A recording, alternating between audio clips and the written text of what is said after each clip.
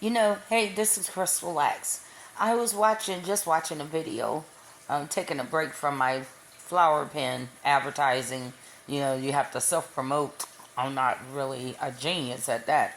But anyway, I was just watching a video, another cop story again, and a black man.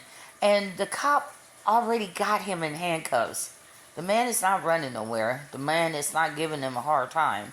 So the cop grabs him with the handcuffs, his hands behind his back in handcuffs, tossing him all on the ground, just wrestling with him. And the cop car door is wide open. All you had to do is just escort him inside of the car. Doing that extra excessiveness was way too much. And you know what I think? I think it, and this is not a matter of colors, because as you can see, that this is happening to white people, Hispanic people, black people. So this is happening, even though it's been happening to black people for a long time. A long time. My dad got beat by white cops. Mansfield, Ohio, Leon Wims, back in the 70s. And if it wasn't for my uncle taking picture, it would have been a cover up. But thank God that my uncle was able to get pictures and expose everything to the news. So my dad was one of those cases that was exposed to the news. And he ended up dying.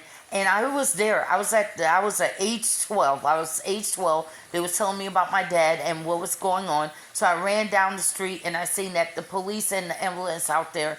And so I seen my dad on the ground. Now, this was after they beat him. Then he started having a heart attack, right? And so they had plenty of time to rescue him. You know what I'm saying? He was gasping for air, and I'm 12 years old. So I said, I'm down where my dad is, on my knees, and I looked up at the cop and I said, somebody help my dad, somebody help my dad. And I never forget this white cop face, man. He had blue eyes, and this was the days, back in the days where they wore the hat, and he had the hat on. And he stared at me with that hateful, racist white man stare. And he said, let the nigger die. And then he turned away from me. He turned away from my dad. He went over to the white paramedics as if they all planned it. And they was just laughing and joking while he was still struggling for air. So it's like, this been going on for a long time. And now we're in 2002 and 2022. And people is still being hurt by cops that's taking their frustration out on citizens.